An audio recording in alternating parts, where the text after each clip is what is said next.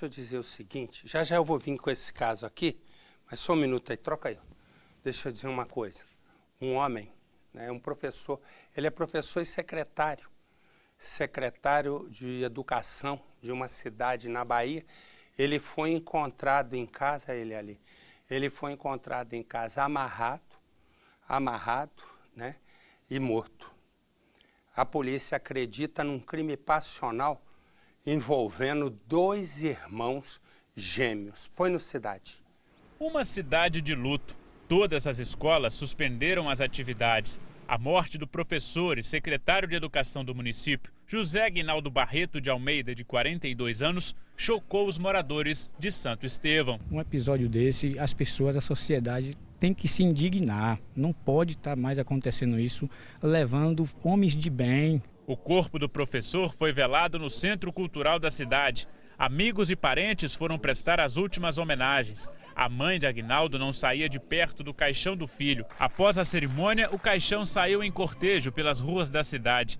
Algumas pessoas passaram mal e até desmaiaram. Ele é uma pessoa sem comparação. Ele certo, correto. Ele é tudo, não sei nem explicar, não tem nem explicação. Uma pessoa maravilhosa, uma pessoa querida, uma pessoa do bem, não merecia isso. No percurso, os comerciantes fecharam as portas em sinal de respeito. Não há palavras para expressar a dor. Essa dor cala diferentemente em cada pessoa, em mim cala profundamente. Eu não tenho palavras para expressar a falta desse companheiro. O professor morava aqui nesta rua calma, afastada do centro da cidade. Sempre que chegava em casa, já à noite, entrava em contato com os colegas de trabalho e telefonava para a mãe. No entanto, no domingo à noite, ele chegou até a residência, mas não entrou em contato com a família e nem mandou mensagem para os colegas de trabalho, como fazia de costume. A mãe sentiu falta. No dia seguinte, bem cedo, veio até a casa de Aguinaldo, mas o encontrou caído, com as mãos amarradas. Segundo a perícia feita pela Polícia Civil aqui de Santo Estevão, ele foi morto com vários golpes de faca. A casa estava fechada. O carro do professor, que havia sido roubado, foi recuperado e estava na garagem do imóvel. A polícia descartou qualquer relação política na morte do professor Aguinaldo. A principal linha de investigação aponta para um crime passional. 2 irmãos gêmeos são os principais suspeitos. Eles conviviam com o professor desde dezembro do ano passado e já sabiam toda a rotina da vítima. No fim da manhã, o corpo de José Aguinaldo chegou ao cemitério da cidade e foi enterrado sob aplausos. Uma última demonstração de carinho para o professor.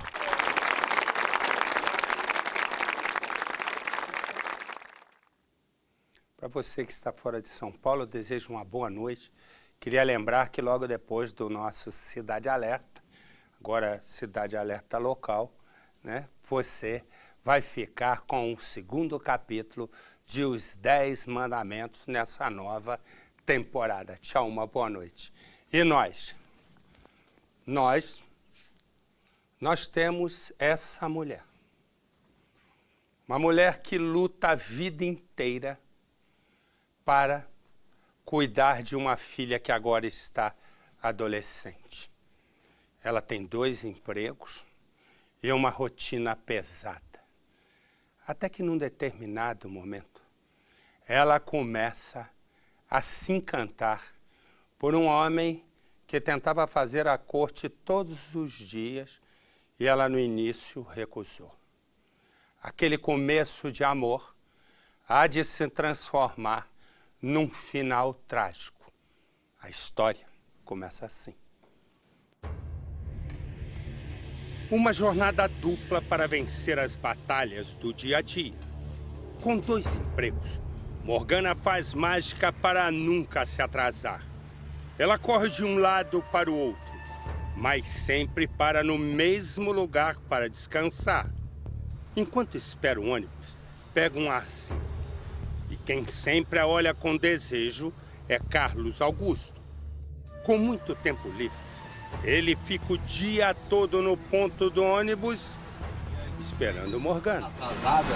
Tô bem atrasada, esse ônibus que não vem. Ele aproveita que o ônibus demora e puxa assunto.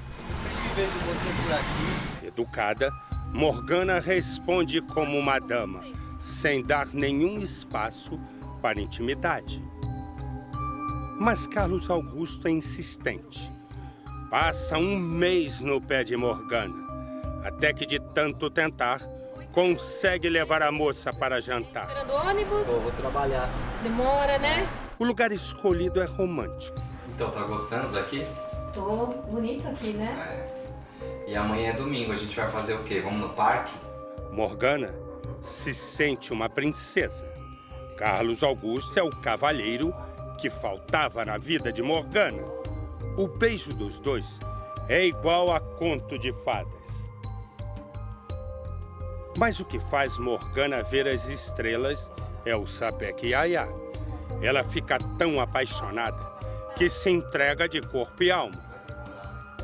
Morgana, que tem que fazer malabarismos para conciliar os dois empregos, agora arranja tempo para ficar nos braços de Carlos Augusto. Ela vai tanto na casa do namorado que já tem até uma gaveta só com roupas. Mas é lá, no castelo de Carlos Augusto, que o encanto de Morgana vira pesadelo.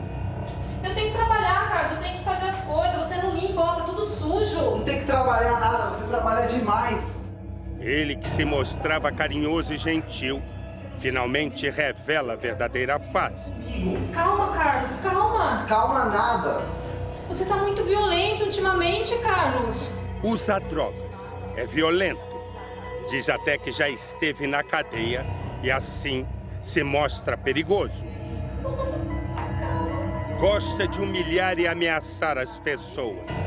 Carlos Augusto faz Morgana agora sentir medo. O casal, que só andava de mãos dadas, começa a discutir em tudo que há lugar, inclusive na rua, onde Carlos Augusto bate em Morgana pela primeira vez. Ela nunca foi tão humilhada na vida. A briga só piora e vai parar na delegacia. Muito agressivo, usa droga o tempo todo. Não bato nela nada, só me defenda, eu tô todo arranhado, ó. Mas Carlos Augusto se salva da prisão porque ficou com alguns arranhões. Depois da confusão, ele volta a ser o cavalheiro que conquistou Morgana. Carente e desprotegida, ela cai novamente nos braços dele. Mas quando sai do mundo encantado e volta à realidade, Morgana diz que quer colocar um fim na história com ele. E ele perde a linha. Vai para cima de Morgana. Desesperada, ela consegue avisar a filha que está sendo atacada. Filha, chama a polícia, filha, por favor, ele tá aqui, ele vai me matar. A polícia chega minutos depois, mas como a vítima não está na cena do crime, o bandido escapa numa boa. Só tem eu aqui, senhor, não tem mais ninguém na minha casa. Cadê sua esposa? Morgana então se torna refém do ex-namorado. É perseguida dia e noite.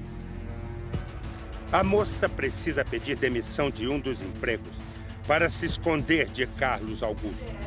Ele investe todo o tempo que tem em fazer ameaças e tirar o sono da mulher que um dia disse que amava. Eu vou pegar você e a sua filha, eu tô avisando, hein? Não brinca comigo, não. Esta mulher vive um dilema. É refém do medo gerado pelo ex-namorado Carlos Augusto. É difícil. É muito difícil. É refém também da própria justiça. Veja o pedido de medida protetiva que foi feito pela polícia. A juíza Maria Regina Ribeiro Junqueira, da Vara Regional de Violência contra a Mulher, entendeu que os elementos são poucos para convencer de que a vítima esteja em situação de urgência ou emergência do ponto de vista criminal e, por isso, negou proteção. Mas a situação está fora de controle, diz a mãe de Morgana. Ele invadia aqui, como ele falou, e pôr fogo na minha casa e pôr fogo aí até os vizinhos, né? A vítima afirma que cansou de apanhar do namorado. Registrou 2 boletins de ocorrência contra ele. A mãe dela e a filha também procuraram a polícia pelo menos 2 vezes. Entraram na casa dele, ele demorou 15 minutos para abrir. A polícia não fez nada ele demorando. Ele demorou 15 minutos. Aí quando ele abriu totalmente seguro, tranquilo, como se não tivesse acontecido nada. E falou que minha mãe estava lá porque ela queria e ela podia ir embora na hora que quisesse. Sendo que eu liguei para ela para pedir para ela ir comigo, com a minha avó no médico, e ele não deixou ela sair. Os ataques do ex-namorado de Morgana acontecem sempre depois da meia-noite. Ele vem de moto pela rua da família e para bem aqui, em frente à casa em que moram mãe, filha e neta. Em um dos ataques mais graves, o último, ele danificou os 2 portões. O prejuízo ainda está sendo pago pela família. Nesse ataque, que aconteceu já perto da 1 da madrugada, ele gritava aqui no meio da rua. Falava que colocaria fogo na casa e que mataria todas as mulheres. Enquanto as 3 estavam dentro, protegidas pelo portão danificado, uma delas ligava para a polícia. Enquanto a própria Morgana, bem aqui, atrás deste portão, tentava distraí-lo e discutia com o ex-namorado. A senhora que estava lá dentro passou mal. A garota de 16 anos passou então a gravar a discussão. E o áudio foi salvo no celular.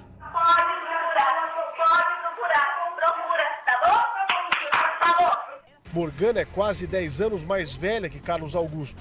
E agora teve que largar um dos empregos e está escondida na casa de uma amiga com medo das ameaças do jovem ex-namorado. Teme que possa ser assassinada, já que não conseguiu sequer a proteção da justiça.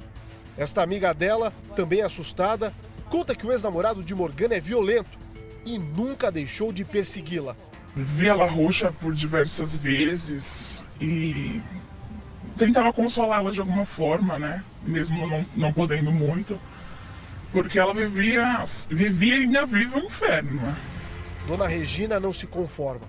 Ele batia nela no ponto do ônibus, na porta do serviço, porque eu vi, em supermercado. Quando descia do ônibus, ele estava esperando e ficava em lugar escondido. Ele bateu tanto nela nessa padaria Barbosa aqui embaixo, de quebrar o relógio dela. A delegada que responde pela 4ª Delegacia da Mulher, que funciona bem aqui neste prédio, disse que a Polícia Civil foi, até agora, ao ponto que poderia chegar, diante das denúncias e boletins de ocorrência registrados bem aqui.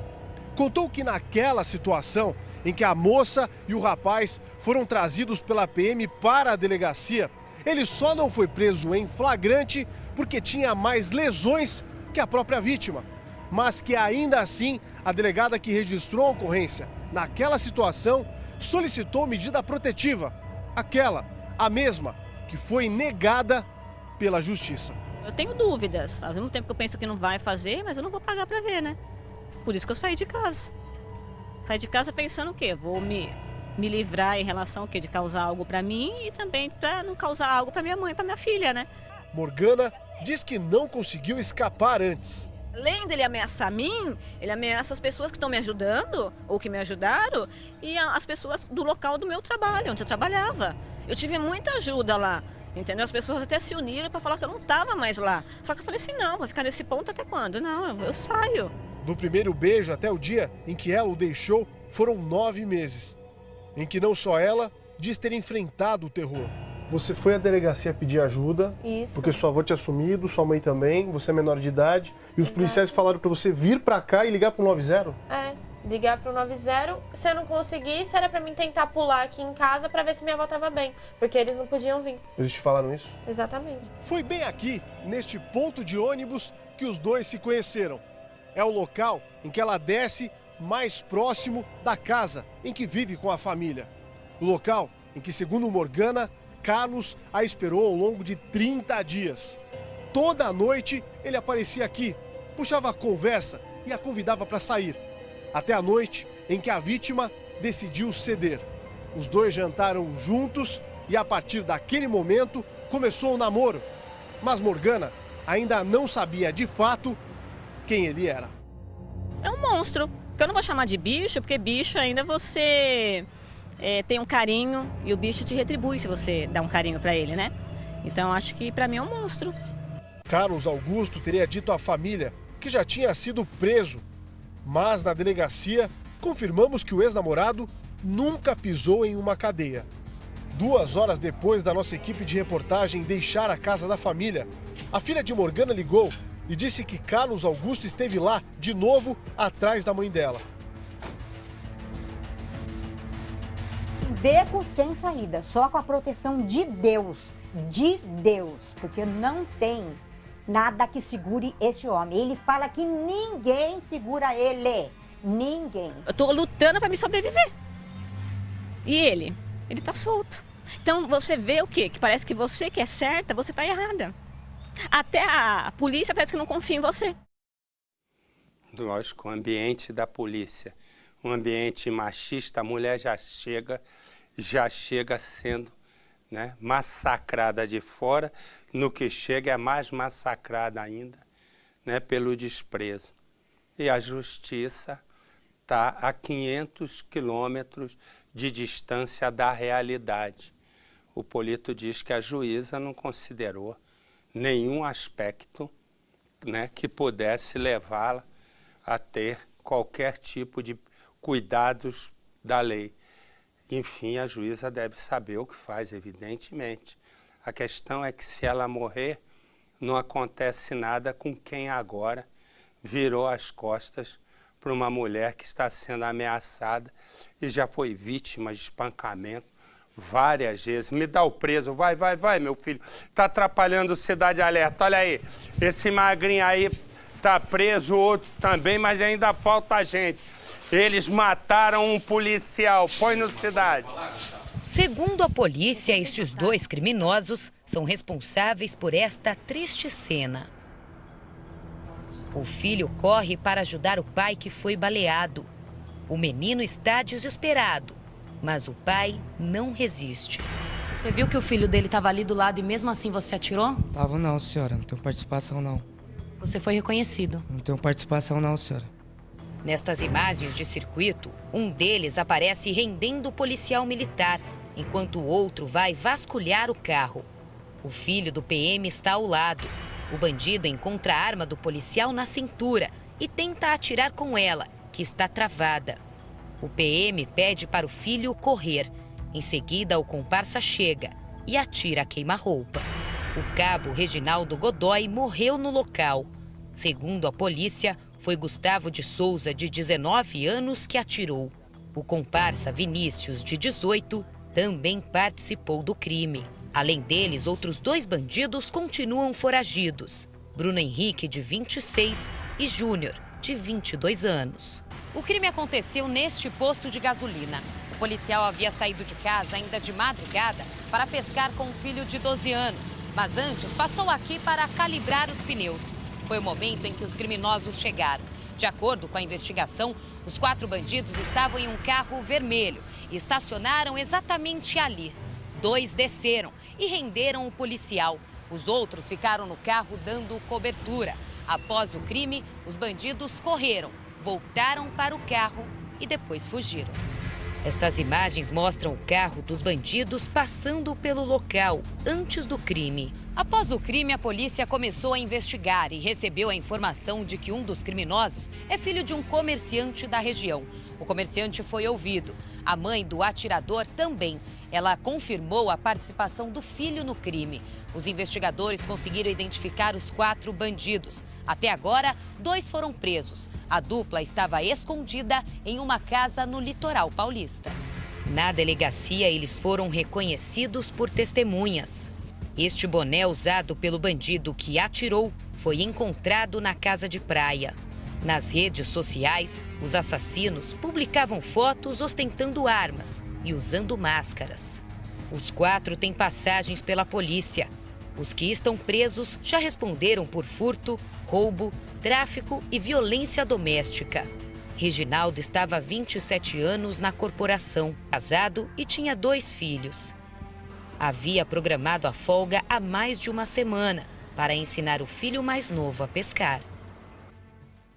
Pois bem, desses daí que foram presos, como disse a capitão Nascimento, já tinham sido presos por tráfico, já tinham sido presos por assalto, já tinham sido presos por espancar a mulher. Resumo, e nunca ficam na cadeia. Eu não entendo para quê. Sabe o que devia fazer? Acabar com esse negócio de cadeia. Porque é uma perda de tempo. O sujeito vai preso por assalto, não é julgado. O sujeito vai preso por tráfico de droga, não é julgado. O sujeito vai preso por espancar a mulher, não vai julgado. Resumo, aí digamos que foi julgado, aí não fica na cadeia. Não fica na cadeia. Esses aqui, olha outra coisa, bota ali. Como é que um delegado, né, admite que o preso fique nessa posição? Como é que o sujeito não chega na moral em cima dos três e diz: aqui você vai levantar a cabeça e depois a gente conversa se você fizer gracinha na minha delegacia? Que conversa é? Sei lá eu, né? Mas o que não pode é chamar a imprensa para... Eu aposto que na reportagem vai ter um policial falando qualquer coisa, né? E aí não apresenta tudo ladrão que eu e você tá.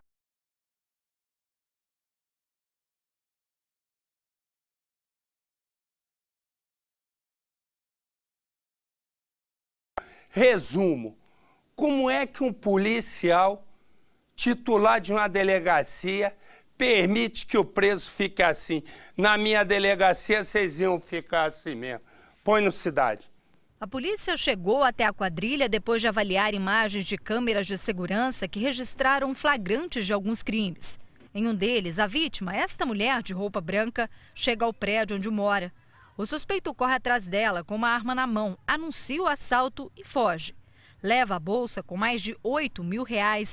O rapaz que aparece nas imagens é Raferson Silva, de 27 anos, que está foragido. Todos os crimes nós observamos que as funções de olheiro, as funções do motorista do carro, do piloto da moto, sempre eram muito bem definidas e ficavam com os mesmos autores. No grupo, cada um tinha uma função. Thiago Souza, de 29 anos, ficava dentro das agências para identificar as vítimas.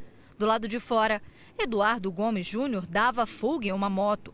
Marcelo Batista, de 35 anos, segundo a polícia, atuava como motorista da quadrilha e seria o responsável por arquitetar os crimes. A organização do grupo chama a atenção até da polícia. Quando um dos membros não podia participar do crime, um substituto era convocado. As investigações apontam que a quadrilha atuava em Belo Horizonte, em algumas cidades do interior do estado e no Espírito Santo há mais de 10 anos. Os criminosos também estariam, de acordo com a polícia, envolvidos na morte de Luciene Soares de Souza. A empresária, de 45 anos, foi assassinada durante uma saidinha de banco no bairro Cidade Nova, em dezembro do ano passado. Mas no lugar de Raferson, que sempre abordava as vítimas, estava Luiz Henrique Ventura. Era a primeira vez dele agindo com a quadrilha. E o que eu disse? Aí aparece a delegada, fala e não diz nada e deixa o sujeito ficar assim. Isso daí é a prova hoje em dia, para mim, mais eloquente, né, da falta de moral com o preso. Porque se o delegado tem moral com o preso, né, chama o cara na responsabilidade e faz ele levantar a cabeça. Mas ninguém quer se incomodar mais com o preso. Né? O cara entra, bota ali, só para aparecer, só para que a delegacia ganhe ponto. Aí, viu? Colocamos lá no Cidade Alerta. Se sou eu chefe daqui, não sai uma assim. É que eu não mando em nada. Mas se eu mandasse, não saía uma desse jeito. Por quê? É só para aproveitar o espaço para dizer que fez. Fez o quê?